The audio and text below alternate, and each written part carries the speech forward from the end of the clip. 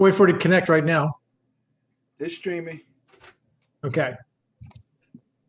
All right. So let's call this meeting to order. It's 7:03. This is a meeting of the Commissioners of Poolesville. It's June 21st, 2021.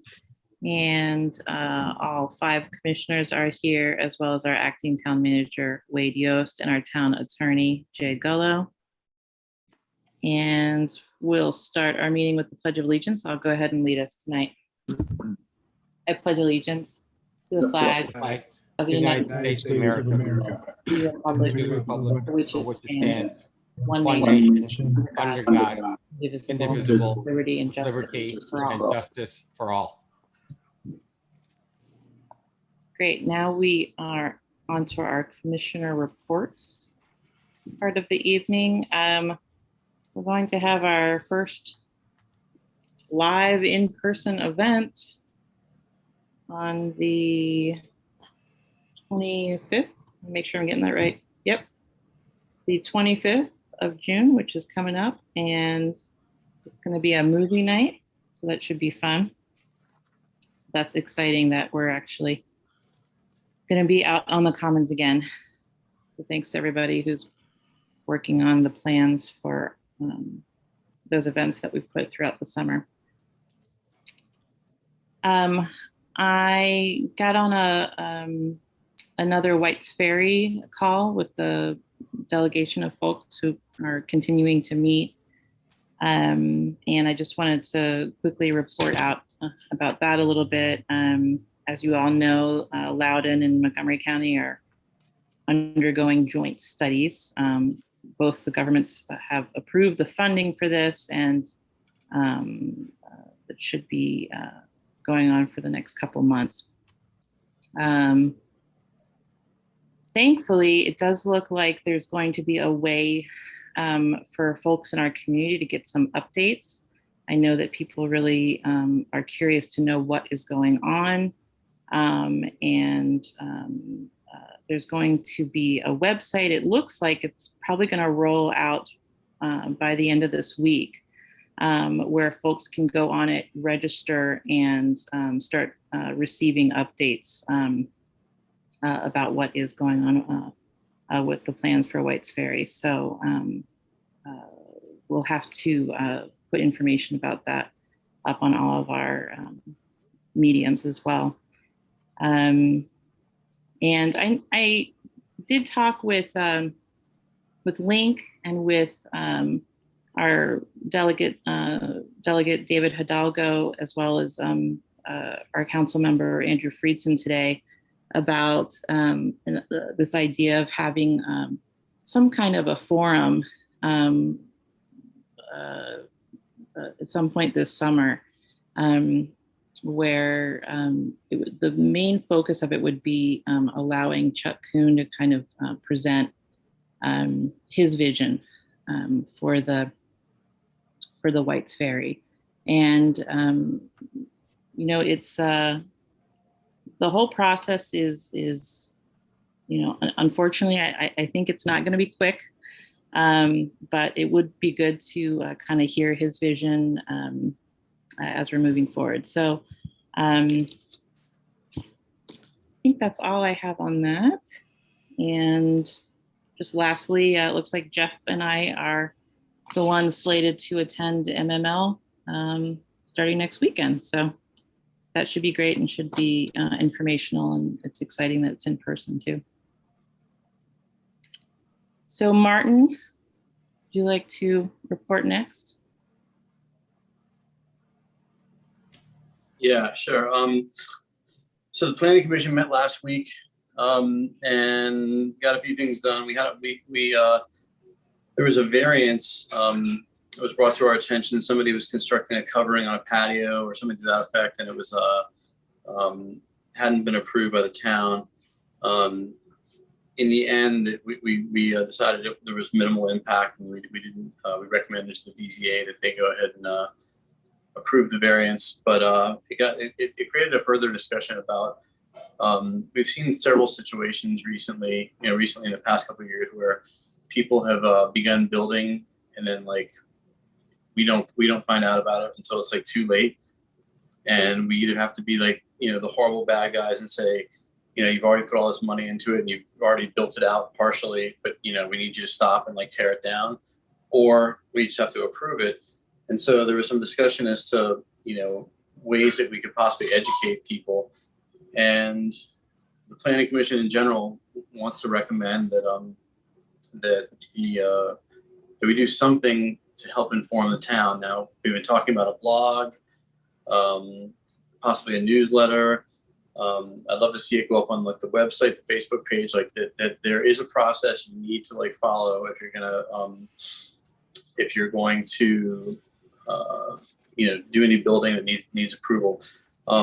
It also might not hurt to say, in case there's some kind of, I don't know if the word's out there that like the way to do it if you want to get approved is just to like start it and then, plead ignorance. But because these are the ones that are being brought to our attention, and we don't know how many others there are out there that we don't know about. So I don't know if we want to include in that kind of an announcement that we're not rubber stamping these. So if you're going to do it, get approval, and don't expect that you're automatically going to get, if you started, that you're automatically going to get to finish it. So that was one thing we talked about. It's my understanding the code enforcement now, our code enforcement officer is more of a reactionary officer. Is that correct, Wade? He doesn't go out and look for stuff. He more like responds to complaints. We are complaint based, which is, from all legal advice, and Jake could jump in here. That's typically what most municipalities do. They don't have some guy looking over people's back fences and stuff. Right. So that's very normal. Okay. So anyway, that's something that this board should discuss, if not tonight, sometime soon, like the way forward and how we can educate the town that there's a process here and we'd really like them to follow it. There's all kinds of good resources on our website about it. We also discussed the comprehensive master plan and came up with like sort of an outline, like a basic outline of like what we're going to do. The groups that we're going to include for seek input from, just kind of a first dab into it, and but actually like kind of a significant, like a significant meeting about it. And as far as is this time for commissioner announcements and things like that too? Okay. I was just going to say. I was up at Locals for the book signing, and that went really well. And David Terrio and his wife Sandy continue to invest in the community, and I think it's a really good thing. I understand they're going to do open mic nights. They had the authors of 4 different books, I think it was, and then the local folks published a local magazine. And then that's all I have to announce, but I have a couple questions for Wade, but I'll wait till the town manager's report. One more thing, the HMD picnic, that went well for all of half an hour or so until a huge storm came through. So I'm not sure if they're going to redo a date or not, but anyway, that's all I have. Oh, I wish they would redo it because I ended up missing that. Yeah. Wade, what Martin was talking about in terms of kind of advertising codes and sort of our regulations for building and so forth, is that something that you sort of already have on your radar? Or is that something that we should agendize for a further meeting? Oh, I don't think you need to agendize it. I think that it was normal practice when I was there. We always did the quarterly newsletters or send them out. There'd always be like the springtime, code enforcement is going to be looking for this. People are building, you got to do the permitting process. Drive people back to the website. We do have some good stuff on the website. But we could also do it on the town's Facebook page. They talked about putting inserts and mailers and in the water bills. Not sure how good that would be. Sometimes when I get a bill, it's got those things, like toss those out the first thing just to get to the bill. So, but those are ideas that are floating around there. But I think once we get the regular town manager there and he can start doing a blog or doing the basic newsletter that goes out, and you're communicating with the public again. That's your mechanism to do that, I believe. Okay, great, thank you. All right, Ed, you want to go next? Sure. So for the Sustainable Poolsville, our committee is going to meet in July. So we held off for June. We're looking forward to meeting in person. So not much more to report right now on Sustainable Poolsville. just in terms of commissioner reports, it's one of the things I like to revisit. I know it's doing more of a community conversation and so forth, where a listen and learn, just providing opportunities for the public to share their thoughts, share just opinions of what's going on. It doesn't mean we're going to sit there and have all of the answers, but it is an opportunity where it's not a business meeting. We had talked about that before. I know Martin and I had did an unofficial community conversation meeting. We had did that, and perhaps Martin and I had talked about, hey, maybe we need to do that again. But I think that it would be listening to the comments from the last meeting from the public, the person who spoke in public comments, thinking about a vehicle that allows a little bit more dialogue, or at least for us just to really hear and have some healthy discussion. And so it's, if we could go back and look at, I know Jay had put some guidelines out that we could use earlier on several months ago, but I like for that not to slip away. So that was something that I like to encourage. Maybe you have two commissioners just partner up and do those kinds of things. And so. Excellent idea, Ed. Thank you. Thanks, Ed. All right, Jim.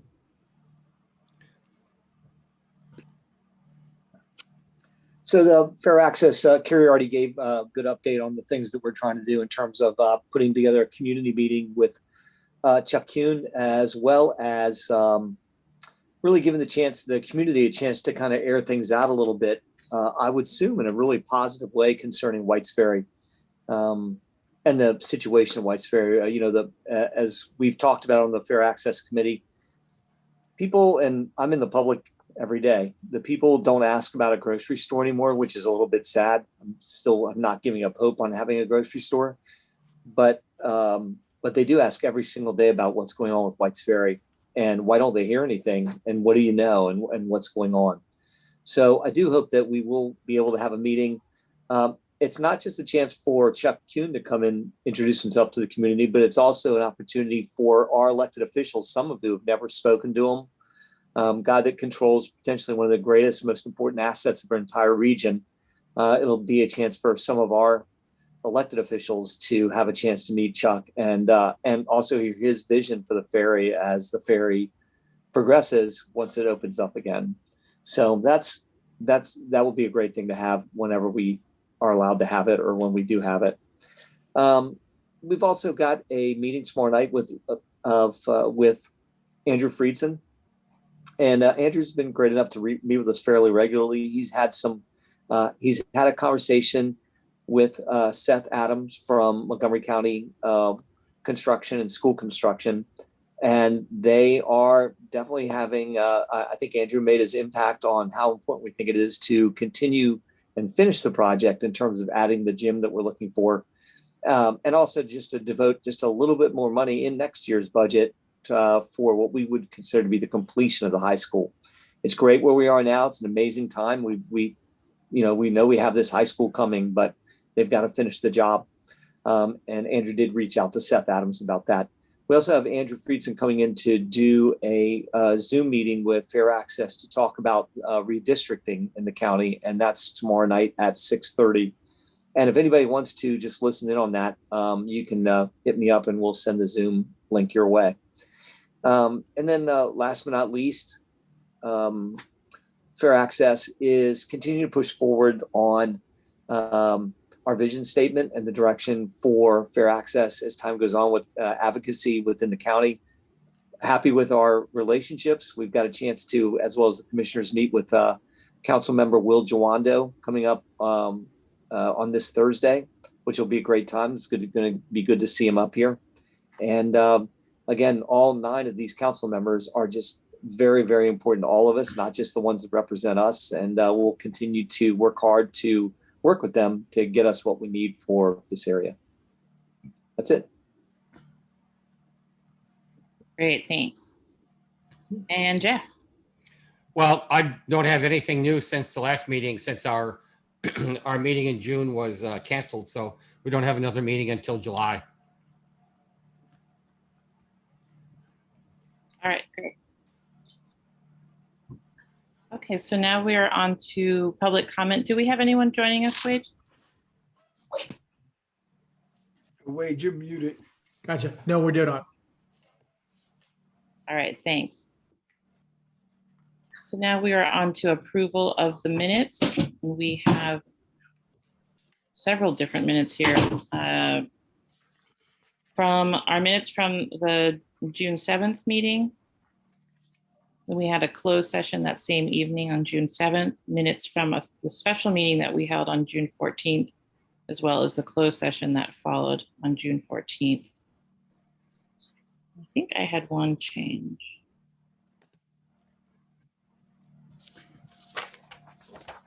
Does anyone have any changes or anything? I did not. No, okay. Actually, I think mine was fine as well. Would anyone like to make a motion to approve the minutes? Our motion to approve the minutes. This is Jeff. I second Ed's motion. Thank you. All those in favor? Aye. Any opposed? Any abstain? We're all there for all of them. Okay.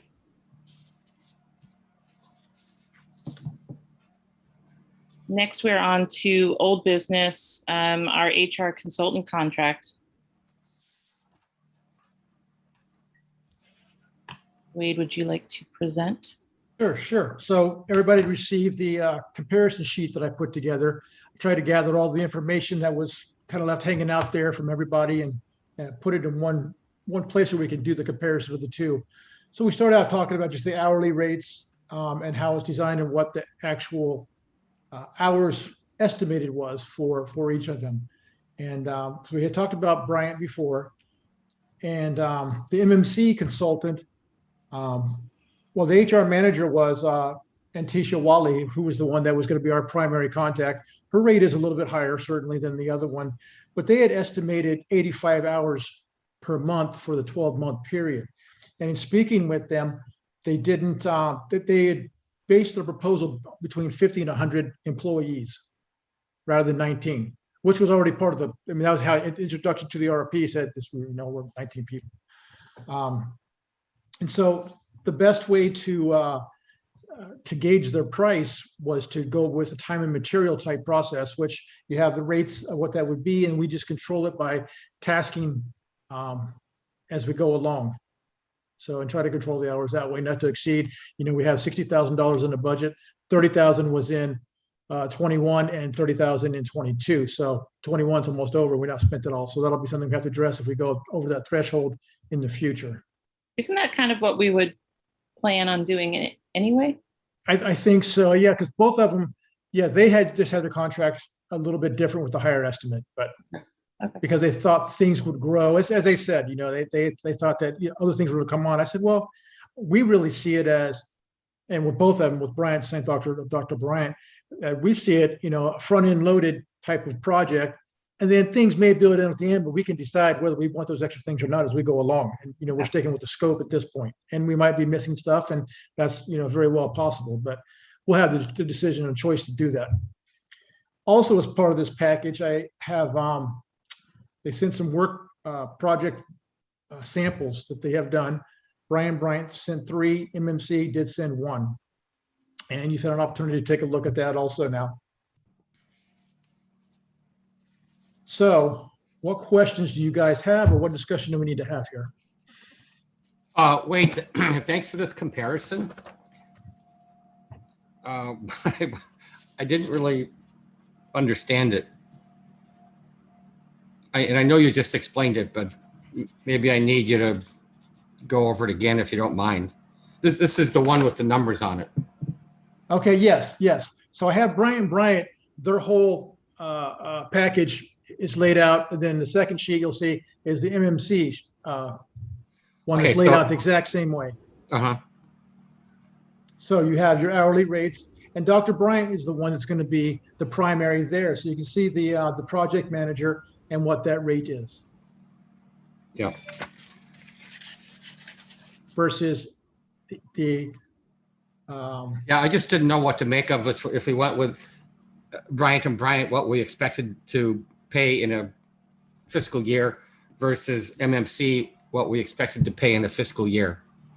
So it depends. So Bryant and Bryant averaged 12 hours per month. They thought it would take over the course of a full year, and whether it's front end loaded or not, whatever. So that's a much lower than obviously the 85 hours, which was 124,000 or something like that at the end of the day. Yeah. Well, my 2 cents is 12 hours doesn't seem to be enough, at least in the beginning stages, right? Once we get whatever work is needed to be done, and then when we get to some point, which I refer to as steady state, then very likely 12 hours may be sufficient or even too many. But I'm just thinking front loaded, it's going to be more than 12 hours a month. So maybe it works out if you average at 12 hours a month, but most of it's going to be front loaded, I believe. Yes. I had the same discussion with Dr. Bryant. Oh, okay. Yeah. Wait, what was her response on that? When you had that conversation, was she receptive to your insight? Yes. And she said it was more of an average of what it would be for a full year, not necessarily exactly 12 hours per month, but that was kind of the average for her. Yeah. Wait, Jeff, were you finished? I didn't want to step over you. Yeah, I am for the moment. I have some other stuff I wanted to say, but after you. Oh, thank you. Wait, looking at the MMC, because I see they had like the program manager, the HR manager, the HR administrator. Now, are they looking at the three of them working together on the project? And so will we be paying the hours for the administrator, the manager, and the program manager? That's correct, but it was broken down so that it was about a third of the time was with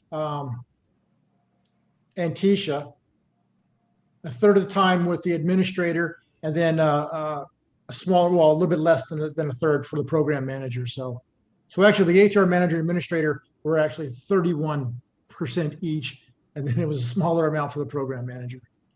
Because I'm just wondering, like when I'm looking at the Bryant and Bryant, and I see the other team member if and when additional support is needed, and I'm wondering if you have a team of people working together, are you paying for the members of the team, whether it's with Bryant and Bryant or if it's with MMC? And so would there be a bill that says, well, the program manager, the HR manager, and the HR administrator were working together, and so now you're paying three different hourly rates for a particular, say they worked on this together for, they spent 8 hours working together. So would you go 8 times 150, 8 times 175, 8 times 80 and have an invoice for that amount? No, my understanding was it's exactly that. You'll have some things that the project manager will do for 8 hours, and they might have the other assistant do some research for 3 hours on that project.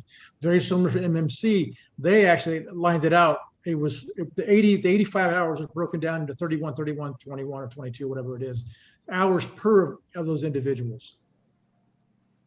So it was separate. It wasn't 85 of everybody, combined in a triple bill. Right. I try to look out for hidden things. No, appreciate that. Yes. Yeah.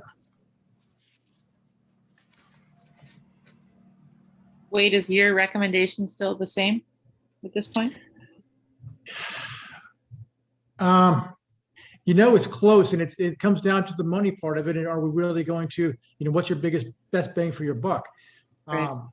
Dr. Bryant was very responsive and got the work project samples back to me very quickly. MMC, they're having a difficult time getting some of their stuff from some of their companies. And you saw one sample they produced, but what Dr. Bryant did submit was good stuff. Right. In my opinion. When I went through it, it's like, okay, this is probably a little bit more extensive than what we would need. It was pretty comprehensive. It was very comprehensive. Yeah. And I think that's the thing with, I'm sorry. Sorry, go ahead. Finish what you're going to say. I think that's the thing with MMC too. I think that they're going to be very comprehensive, and that's why they're saying it's going to be all these hours. And I think Dr. Bryant may have been a little shy on hours. So I'll lay that out there too. So this is the one from MMC, Wade? Yes. Okay. Yeah. I always like to ask Wade, like, you're the one that's been doing this for years. And you're sort of on the front lines. What would your sense be if you were in our shoes? What would you recommend? I would have to stay with my original, and it's basically down to the price of it. I think MMC is they're both very qualified companies. Both have good reputations. You see all the references received from everyone. I mean, they're glowing recommendations. Right. So for So me, so it's the for you, it's like the capabilities are roughly the same, but you're thinking like all things being equal, the substantially lower price is what interests you. it does. Okay. Yeah, I mean, I agree. They both seem like, and they're very competent. I think I like the presentation by the first group a little bit better, but I agree. I mean, they both seem very capable. Yeah, I just want to give my 2 cents on it. I felt more comfortable with MMC. It felt like the depth of their team was more. And yeah, the presentation was, I think, really spot on. So that much.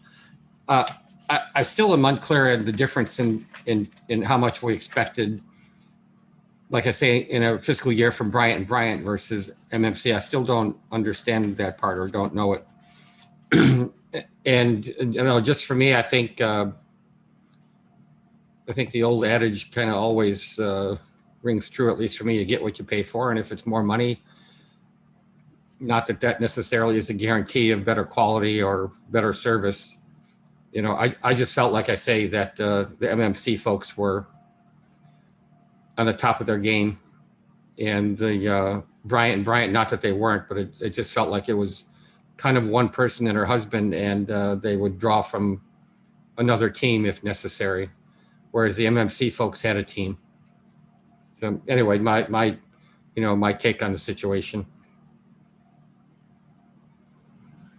I agree, Jeff. I think I was more swayed by the MMC presentation last time as well. But I also liked, I think, what Ed said last time, which is that, just because someone gives us a good presentation doesn't necessarily mean that they're going to be, giving us better work. Yeah, no, true, yeah. And it's really hard because, like Wade just said, I mean, they both have glowing references. I think they would probably both do a good job. So I also wonder, at the end of the day, does it just come down to money?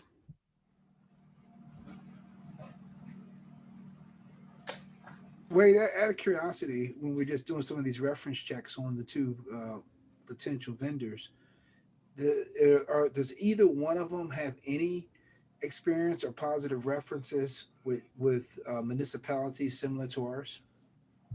No. Well, they had a reference, but no, they did. Yes. The Mossy. Moss Point? Yes. Ed, are you saying that the city of Austin is not comparable to the city of Poolsville? That's right here. Yeah, that's right. Well, I think the city of Poolsville will take Austin any day. Me too.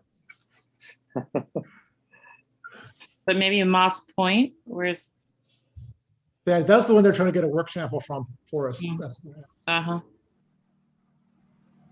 yeah, it was an alderman from Moss Point. Yes, they gave a recommendation. And so Did we check that reference, Wade? Pardon? Did you check that reference? Did you, by chance, did you call and ask that? Oh, yes. That's exactly what he said. I wrote in that sheet, that comparison sheet. Okay, good. I copy and pasted their emails directly into it.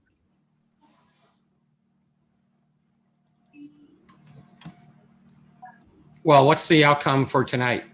Do we choose? Yeah, we should probably vote. We need to get this process going. If someone Yeah. wants to make a motion, we can.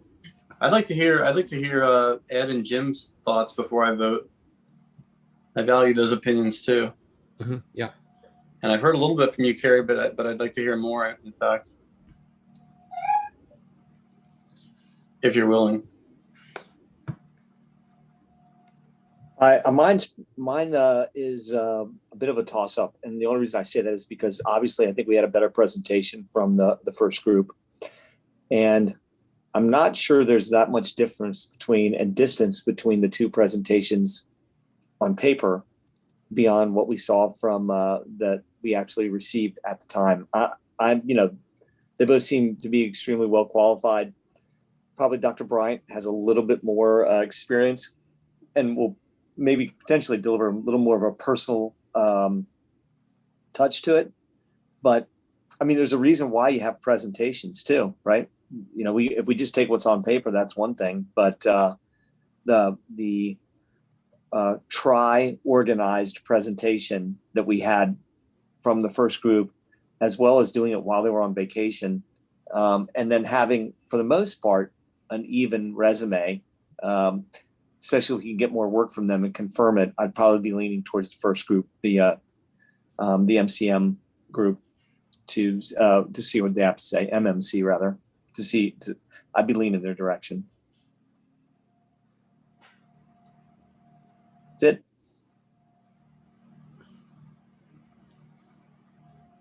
Thanks for sharing that. Ed, do you have any thoughts, Ed? Yeah, it's.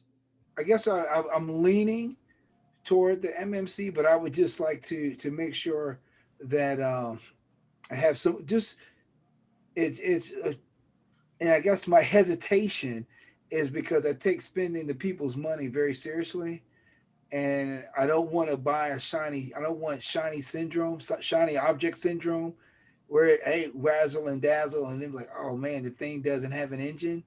And so really, yeah, I think both of them are comparable. I do like the points that have already been made.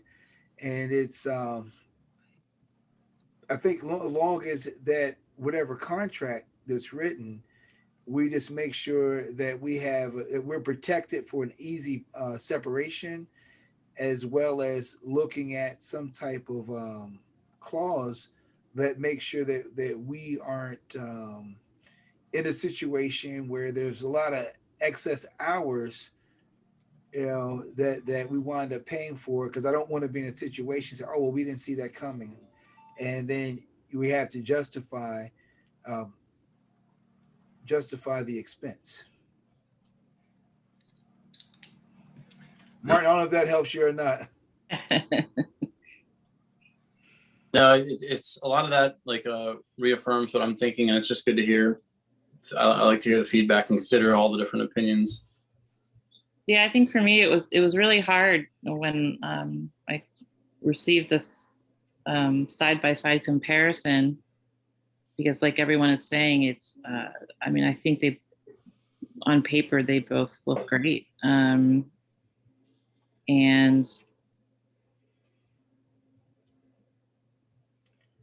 at the end of the day, I guess I'm a little bit more leaning towards staying with Wade's recommendation.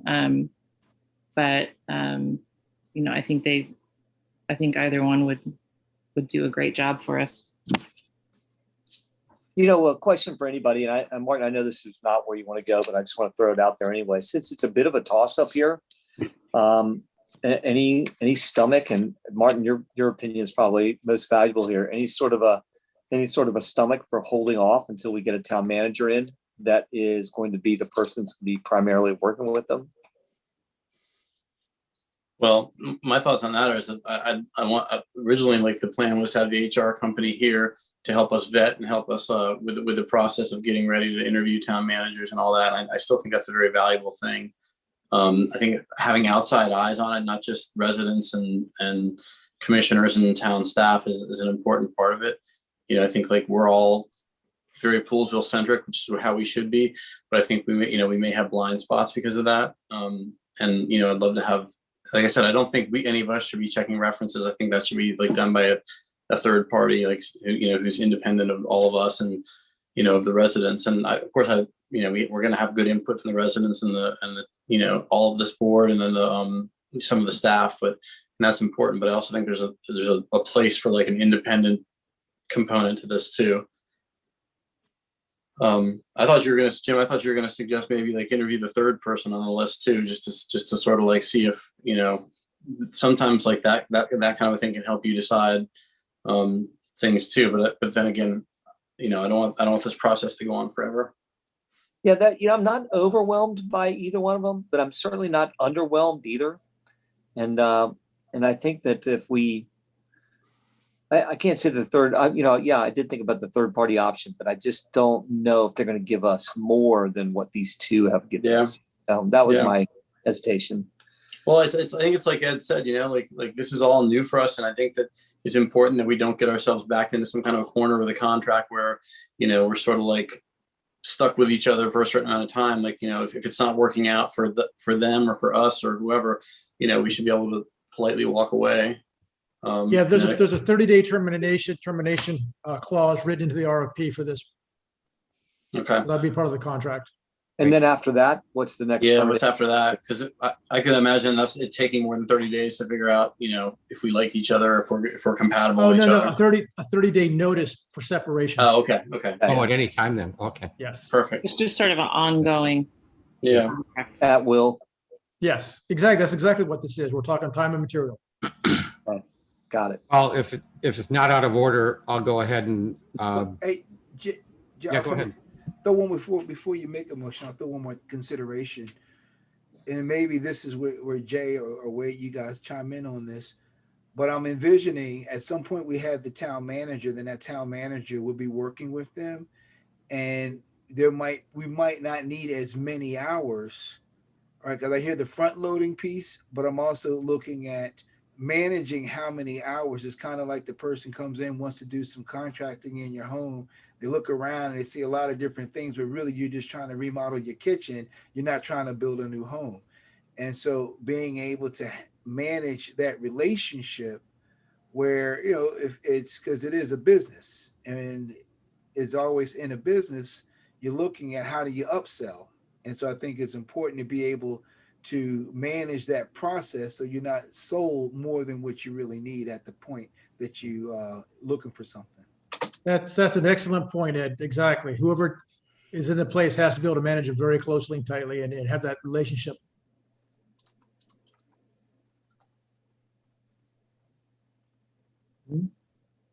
So Well, the last thing I'll say on it is I find myself to be really, in my mind, it's kind of a toss up, and I guess I would have to defer to Wade's opinion in that situation. I value that opinion a lot, being as he's someone that's worked in this kind of thing much more than I have. So I think at this point I am going to probably vote for what Wade recommends. So if anyone wants to make any motions, Well, You I'm wanna going to I'm going to go ahead and be the odd man out then. So Go for it. I'm going to make a motion that we go with MMC for the reasons I mentioned earlier.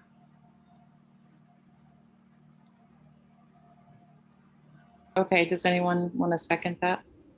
I'll second it for discussion.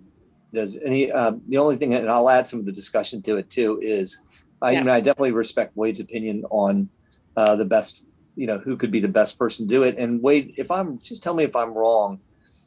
You probably see the non-MMC applicant being like a single person hands-on with the expertise that will be like a true single entity conduit to getting things done in the way that getting things done the way that we want to get them done. Is that what you're saying? Yeah, you know what? And I see this is a familiar thing that I see with both of them, because Antisha, who's going to be our primary, is actually, I don't know if she's actually works for that company or she's a sub for that company.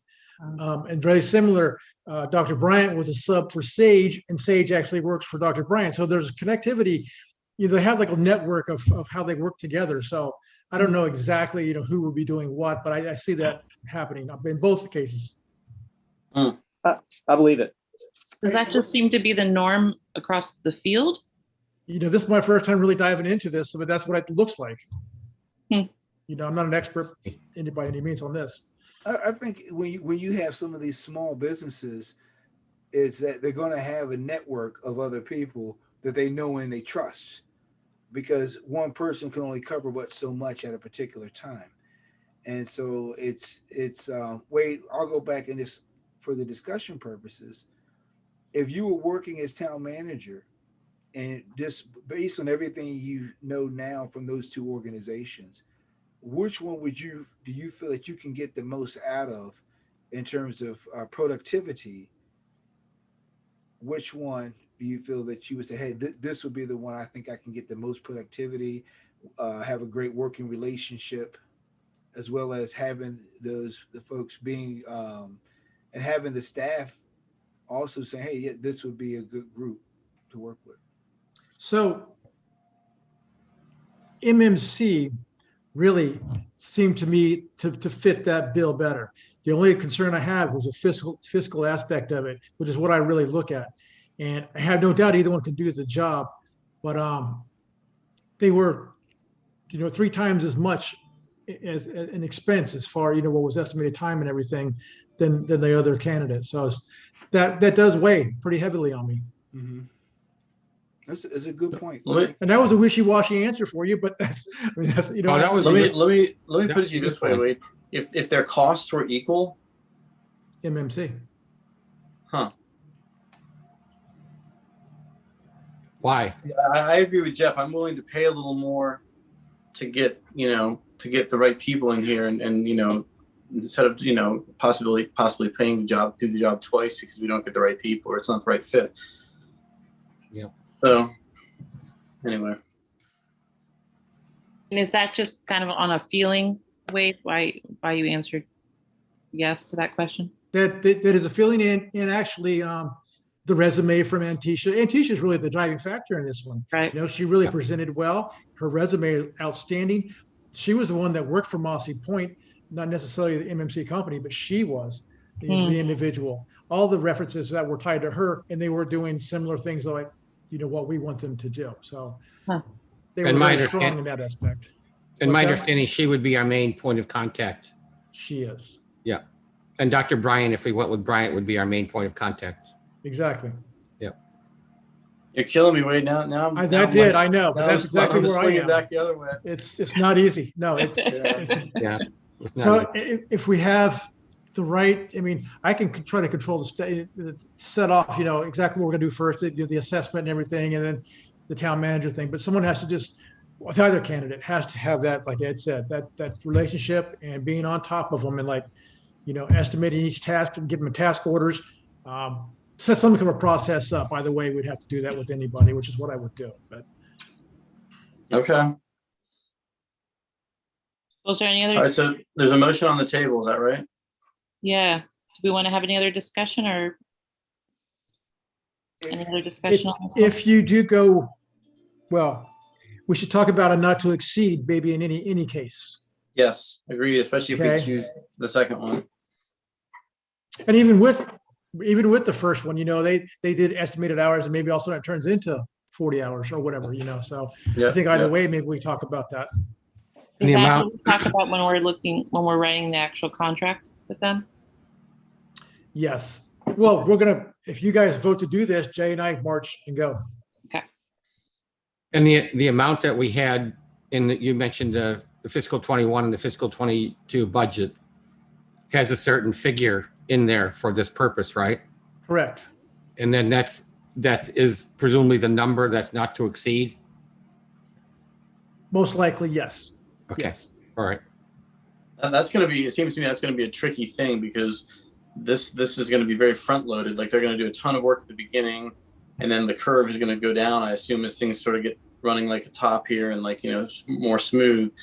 Yeah. But, I'd hate to run out of gas, like halfway through the year or something like that. Because Oh, no. So then we just make a budget amendment. yeah. If we're adding stuff on, so that's easy enough to do. You're going to extend the contract, expand it. That's easy enough to do as a budget Yeah. amendment. Okay. Yeah, because Most I agree, likely, I as agree long with as we're Martin. driving it. Yeah, I'm just saying I agree with Martin. It is very likely to be front loaded. And then Yep. my expectation is it's going to taper off to a steady state where it may be near nothing on a year-to-year basis or a month-to-month basis. So this may have been in your one last question. I'm just waffling here. This may have been in your original message, Wade, or maybe you've covered it. And I apologize if I'm being redundant here. But would you estimate that that it's a question of like their hourly rates are essentially? I know there's not hourly rates, but like essentially what it breaks down to is one has much higher hourly rates, or would you say that one's just saying there's going to be a lot more hours involved? Both. So one was $150 an hour, and they said 12 hours per month is an annual average. And the other one was, was 175 And then they also estimated more hours too. So it's 175 versus 150 is the difference as far as an hourly rate goes. And we need to Okay. drive the process of the hours, no matter which way we go. Okay. Yeah, yeah. Well, then I'm warming up to Jeff's amendment. I mean, Jeff's Motion? motion. Yeah. Yeah, yeah. Yeah, and I guess we just have to make sure we have some type of, we have to define what's a reasonable expectation of how much can get done within a certain given amount of time. Right? Because with this type of work, it's if you had an hourly fee and if you move a little slower and then you just keep on billing those hours. And I guess that's why, I'm looking at, I get the hourly piece, but I also think about this, a price for what you produce. And so if we're looking at how much what are you producing? What are we getting? And I'm wondering how much would one company produce in 8 hours versus the other company in 8 hours? And so that really tells me, because I could give you a cheaper price, but it might take me much longer to get Right. the job done. That's $1 million question right there. Ed. Well, my take on that is, and of course, you can all think about it, but my expectation is that both of these companies, and I'm just going to make an example, have canned policies that they're going to pull off the shelf and then customize them for Poolsville. But they're not going to start from scratch on anything that we ask for. I'd be quite sure about that. Just as an example, this one here. So, yeah, and I think most of them mentioned that they had on their website, they had policies and so on. So they're just going to take that and they're going to customize it for us. Whatever our requirements are, whatever our town requirements are, whether our state requirements are, and that kind of thing. And then hand it to us. So I don't believe they're going to write anything from the first time ever. It's going to be something that they're going to tailor, that already exists, and they're going to tailor it for us. Yep. Well, one of the things I saw noted in a lot of the references was deliverables, completion of deliverables, how satisfied they were with deliverables. And so I think that that's an important part. That's probably an important part anytime you are hiring a contractor of any kind. You want to have measurables, right? Yep. Yeah, absolutely. And I don't know, Wade, will our contract with whichever company we select have like a bullet list of deliverables? We will sit down and work that out in our kickoff meeting, basically. And I really see this much like the relationship we have with our engineering firm, where we talk about it, we have our list up what we're going to do. Task orders are submitted, with an estimated hours or estimated price for each one of those tasks, and then those are approved as we go on. So I see a structure like this in place for no matter which way we go, which is typical what we've done in the past. I certainly see it as they're going to, have to come in and, whether physically or virtually, and do some kind of an audit of what exists, and then figure out what the gaps are, and then put together a plan to fill those gaps. So that I see that as kind of, an early step, parallel with helping out with checking references and whatever else we want them to do relative to hiring a new town manager. So are we ready to take a vote on Jeff's motion to hire MMC? I keep wanting to say MCM, MMC. I'll just say last piece of discussion for me on this. I went back and I'm just rereading the comparison sheet, and with MMC, I do like, even though Austin and Poolsville are different, I like the fact that it's working with the municipality, and I see the other piece with the executive director of housing HOC still working with a public sector organization. So those stand out for me. I also see, Wade, where you highlighted, or you not highlight, but you emphasized that the overall price could come down substantially, and where you talked about the recommended time and material. Yes. So thank you for putting it together. This helps me to be a little bit more comfortable, because I take that fiscal responsibility very seriously.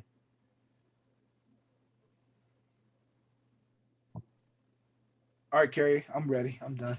You good? All right. So maybe we should do a roll call vote for this. Or maybe we're together. There we go. Let's just Think go. you All, are. all right. All those in favor?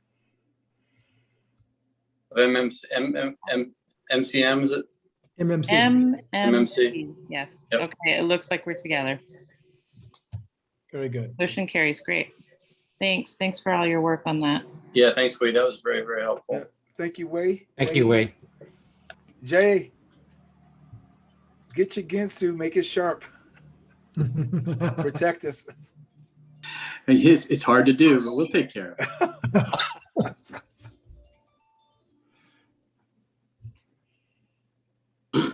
Okay. Sorry, I lost my agenda. I have, sorry, I have one other thing, a request for Wade. I should have emailed you this, Wade. Okay. The lady named Drew Davis from the Bambi HR company left me a couple of telephone messages, so I really owe her a telephone call back.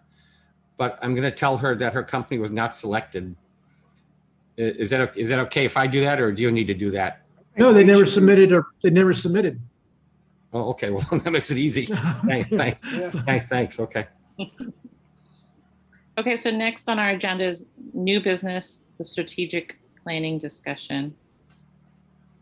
Thanks for this memo that you prepared, Wade. Well, we'll see how helpful it is. I was just trying to start a conversation. Do you want to go over this a little bit? Sure. We talked about having a strategic planning session, and that's two things really: implementation of it, as well as talking about the big goals. And that's very similar to what the Planning Commission is doing right now. And a lot of that takes public outreach and getting hold of the stakeholders that are part of the process. I'm not sure where you guys want to go with it tonight. Strategic planning is different to other different people. And I saw Jeff put together several items, which is more. Were they tactical or were they strategic? I was kind of waffling in between. It was in between. And I think everything's in between the lines with this. There's no black or white. It's all kind of gray. All right. So, yeah, you're fine. Whoops. Jeff, I do Go ahead. appreciate you putting that out, Jeff. That was good. Again, going into planning, we should be, as elected officials, we should be the big picture people. And I think it's what Wade has laid out in terms of these broad categories. We could always break them down into smaller categories or put little subcategories in there. But in general, these are all the ones, the ones that he's named: growth, economic development, sustainability, infrastructure redevelopment, community livability, et cetera. They are the ones that, as the people that are actually elected to make the decisions, we've got to put like our stamp on those, because that's what the people elected us to do. We're not the maintenance, run the show every day people. Mm-hmm. We're the guys to figure out how the future planning goes. So the only reason I bring that up is because we're supposed to have a big, broad picture of how things work. That's like one of the reasons why we did the village overlay zone. That's one of the reasons why we took over the roads, so we could have more, looking 10 years down the road, how streetscape would fit. I think for us, we've got to really focus on big picture. And also too, it's probably something that we end up communicating with our planning commission through our discussions, because again, we're the people channeling what the people say. That's why they elected us. So Jeff, the reason why I'm going back to you is because some of these things are sometimes micro, right? They make sense. Micro is something. Back in my day, we just focused on like what was affecting our residents every single day. Mm-hmm. And then what was going to affect them 10 years from now, and what was going to affect them 20 years from now. So the micro does have a role, but the bigger picture is the people elected us. They elected us for a reason. How do we take their vision and how do we gather their vision and plug it into long-term planning? So Wade, I appreciate you putting down what you did. It's a pretty familiar list. It kind of doesn't change. It is. You're right. It is the same list, and we've done some things, and some of the smaller bulleted points, the community events, streetscape tourism, that was all part of a discussion earlier on about economic development and what's the big picture. Those are implementation items that came out of it. So Yeah, it does tie together. What I've, I mean, yeah, just to piggyback on that, what I've seen done in other cities, towns, counties is folks propose. They're bringing proposals. The elected officials are bringing proposals constantly, and that could be one way that we all bring various ideas to the table, because yes, you're right. This is a pretty comprehensive list, but there's even more. And I'm sure, we all represent different opinions and different constituencies. And, we could, spend a bazillion work sessions, talking about all of our various, pet projects and initiatives. But I wonder if we want to put in place some kind of a framework for creating proposals.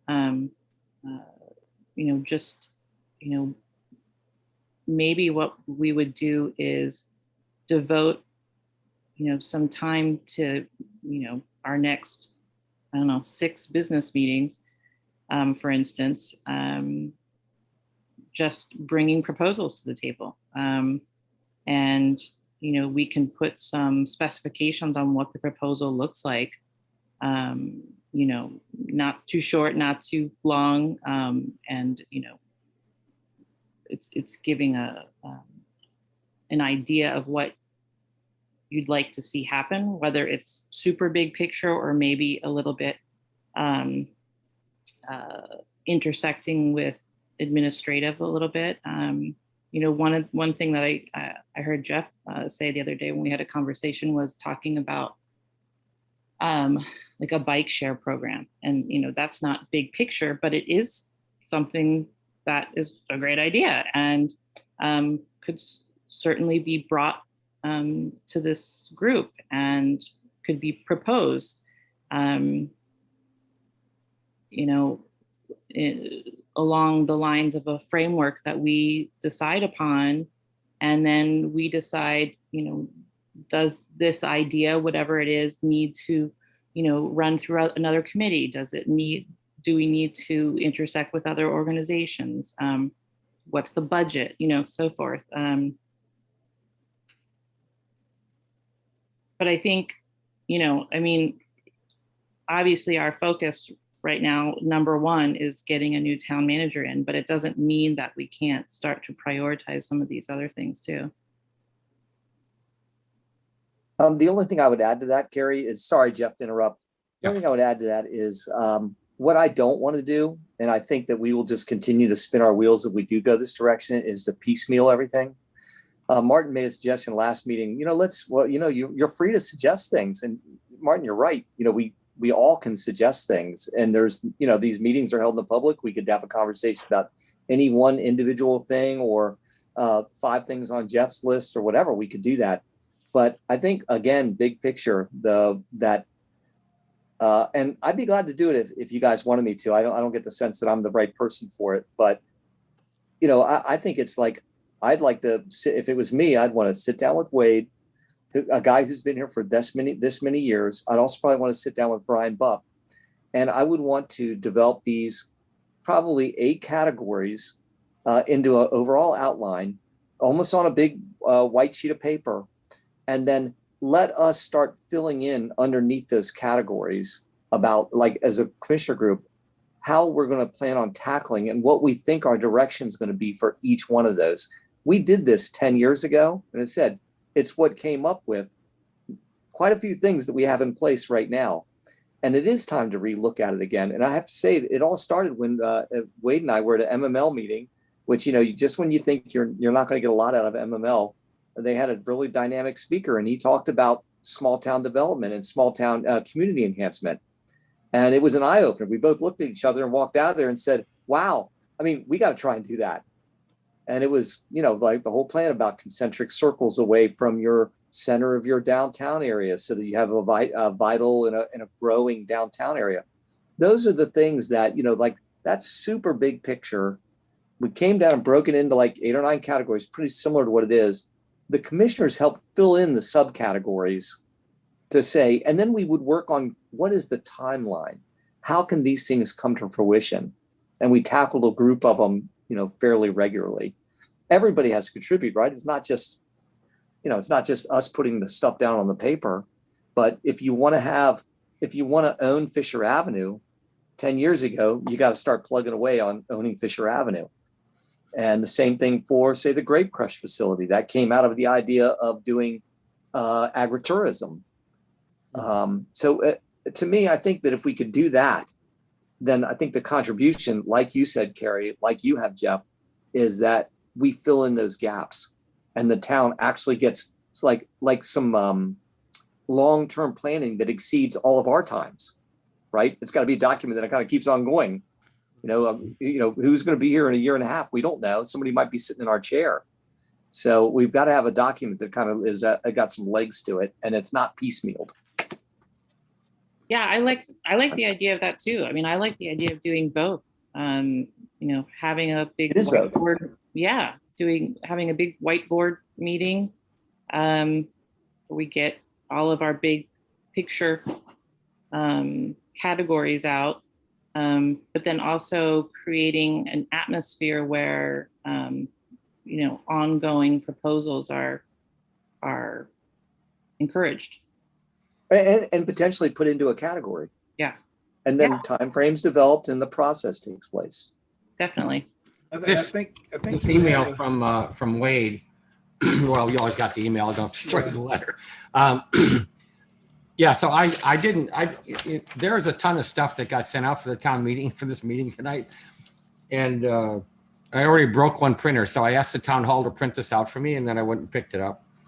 And so I didn't actually get this until after I had set my list. So I appreciate this from Wade. I keep on picking this up. I don't need to do that. And but I would very much like to have, I don't know, maybe until the next meeting, because I could have some ideas for growth, economic development, sustainability, and all these bullet points that Wade put on the letter here. And like I say, everybody can have their ideas, and we all kind of put the sticky notes on the board and discuss each one, and kind of prioritize moving the sticky notes around or whatever, however the mechanics of the meeting works.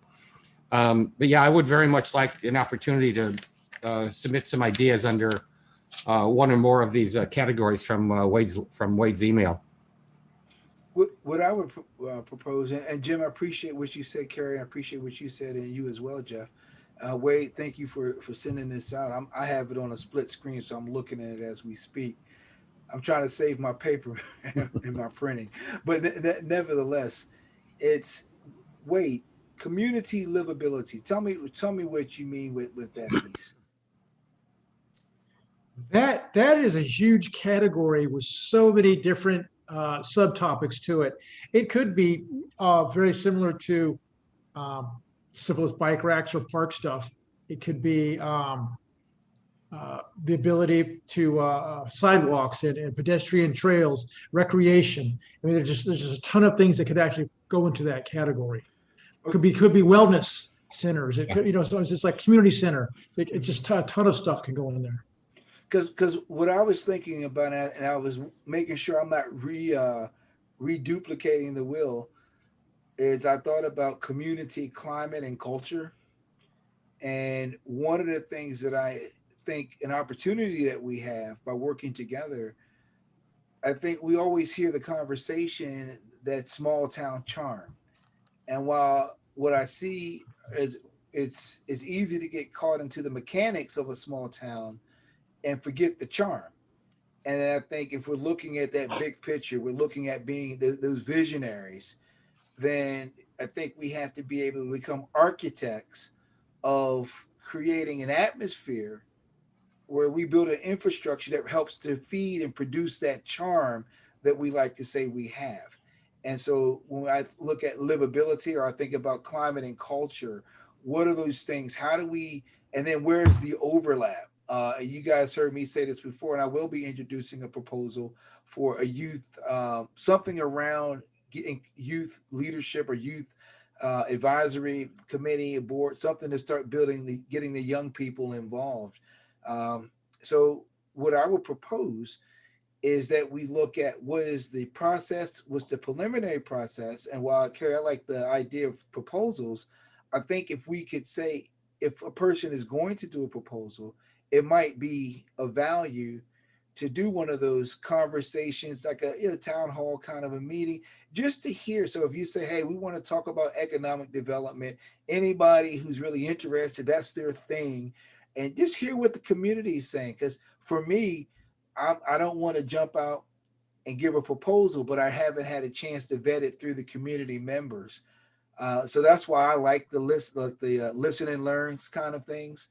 I think another thing that I heard, Jim, that I heard you say is when you and Wade went to one of the MML events some time ago. Well, the good thing is Carrie and Jeff are about to go.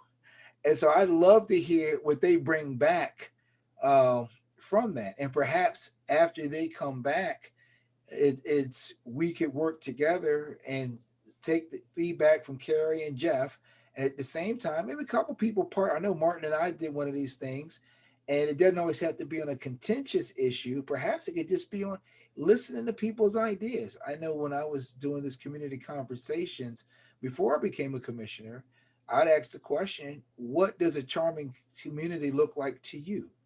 And really listening to residents open up and talk about why they moved to Poolsville. And I think it's so important that we don't get so caught up with the day-to-day mechanics that we miss being the architects, the torchbearers of helping to really bring the community together. I think we all say we got a great community. So now how do we leverage that, right? What are those things? Because when you go back and look at the description on the website of what we do as town commissioners, there's that bullet there, the second bullet from the last one under duties that says provide community leadership. And I strongly believe part of community leadership is what we do to help shape the climate and the culture of our community.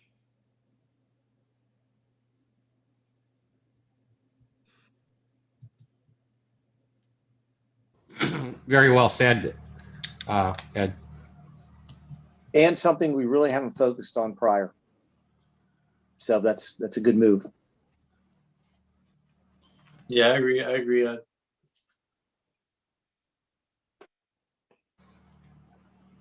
So Ed, you're totally in charge of that now. Thank you. I'm happy to facilitate that kind of piece. I know you are. I know you are. That's good. And you're good at it too. So we may decide to break it up into chunks that everybody has a level of expertise in. Well, and that's the way to go. I know Carrie has some great ideas. Jim, I know you got some great ideas. Jeff, you got a book of great ideas, right?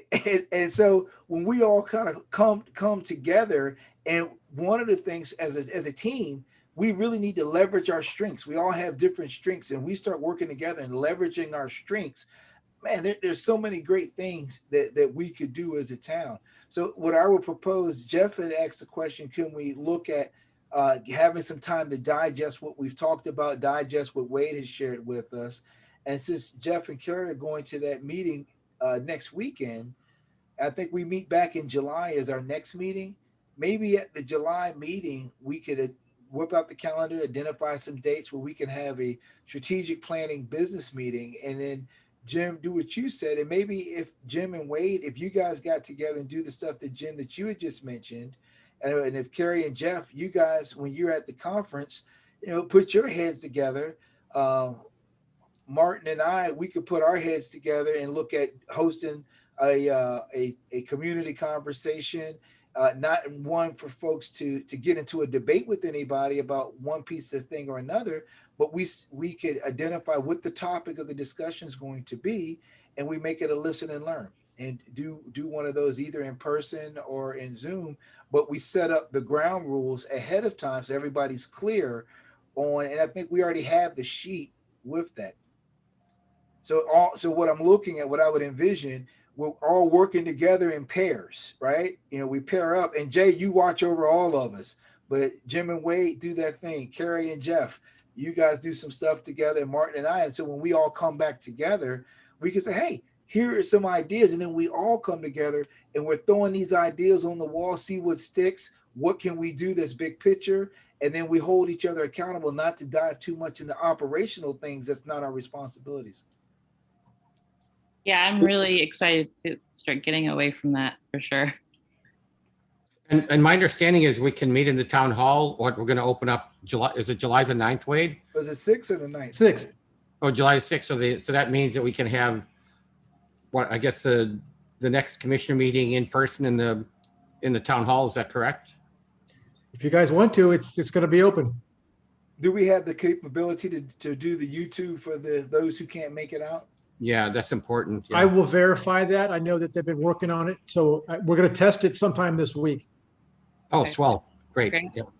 Just so you know, I talked to Wade a couple of last week, I guess, about the possibility of if there are options to do some kind of a hybrid model where we're all in town hall, YouTube is streaming that meeting live, and there's still a way for residents to zoom in, because I really think I've heard from a lot of people that the accessibility is really nice to have if they can't leave the house.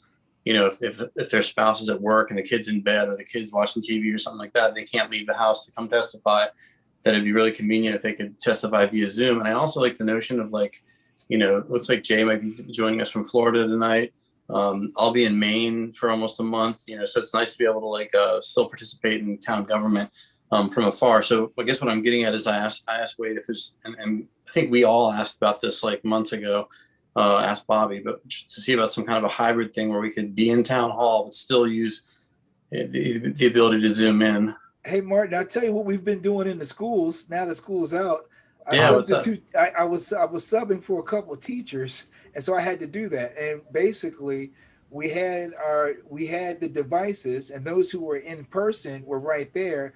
Those who were at home on their devices, so you would just have a laptop, have the Zoom open, and we got to go get in a little early, work out so we don't get feedback on the lines on the tech side. But if you have a device, or those who can make it are there, those who are in Florida or those who are in Maine, bring me back some maple. But you can have the devices available. Those who join us at town hall, they can see live and in person. Those who are on the Zoom, and then you stream the Zoom, whoever the host is, streams the Zoom on the YouTube, and you can make it work.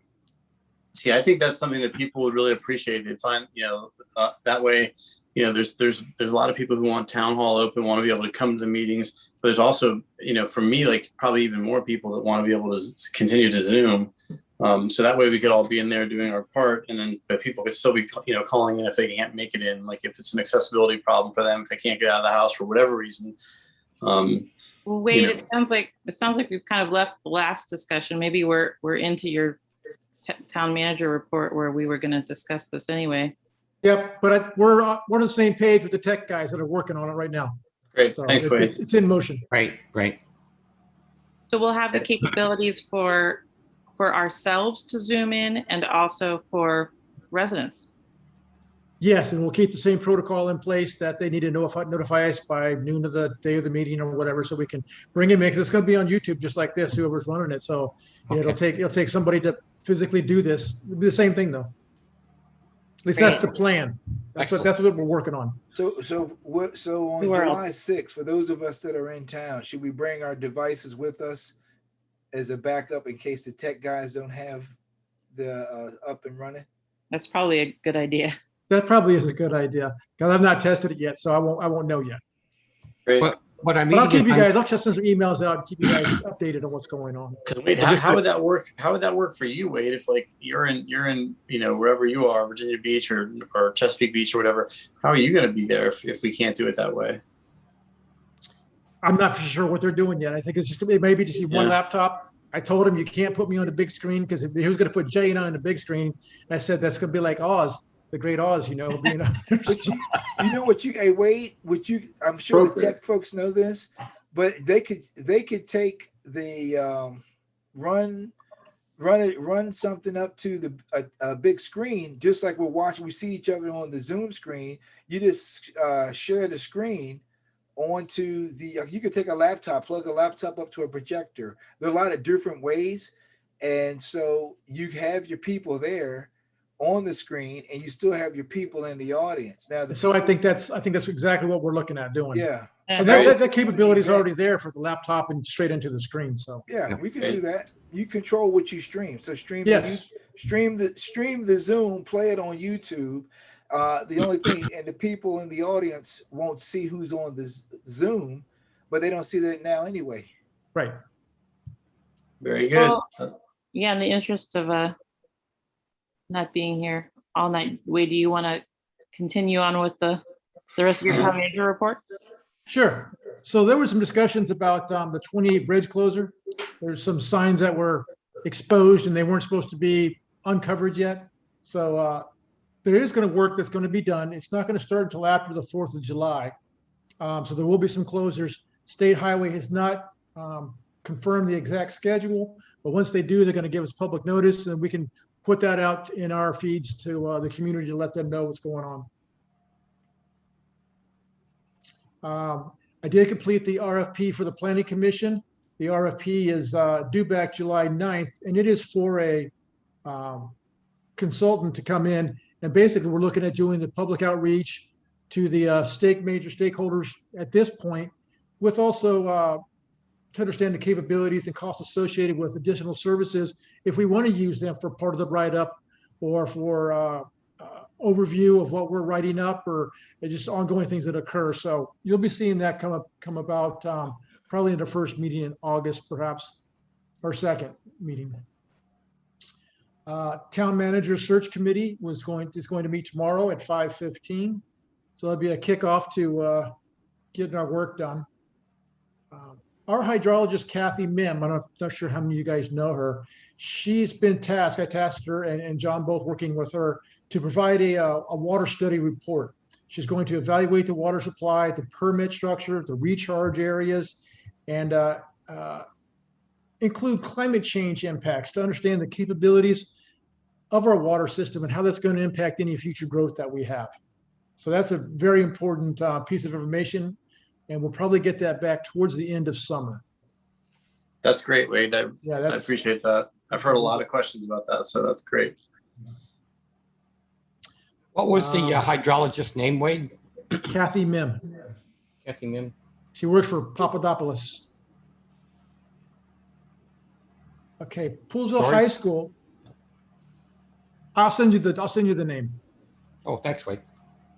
You know, they're still working on their site plan for Poolsville High School, and as you guys probably know, John's been working with them. But they had an initial site plan that called for several vertical bore geothermal wells, and this is not allowed to by town code, just because could be conduits for contamination to the aquifer. So the project has certain energy goals that they have to meet. So they're switching over now and going to look at doing a cooling tower similar to the one they have at the middle school. So these type of towers use about 4,500 gallons of water per day. And the peak use is in the summertime mostly, and much smaller use in the wintertime, if any. And the peak use, as you may recall, the last capacity report, we had about 41,000 gallons per day of capacity that we had. So this will impact that by skimming a little bit, 1% off of that. But it's not a large impact on it, but it will impact it. So this is more of just information to let you know where they're headed with what they have to do for their green energies that they're doing. Any questions on that? Okay. Oh, and also we wanted to bring up Miss Stowers. She was at our last meeting and requested information on feedback and how we would go about doing that. So I wanted to make sure we discussed that tonight a little bit.